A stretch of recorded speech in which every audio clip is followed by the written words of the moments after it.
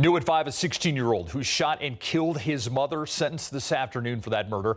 We brought you coverage of this incident last June. Police say the son shot and killed 37-year-old Luz Aurora Gonzalez in the back of the head. There are a lot of questions about why he did that. We're not naming the teenager because he's a juvenile. He appeared in court this afternoon where he learned his fate for this crime. In front of juvenile court Judge William Shaw, he was sentenced to 18 years. The decision came after testimony from the teenager's family and a medical official who says the teen had mental issues and was abused growing up. With all the findings, the judge ultimately ruled he was a danger to the public.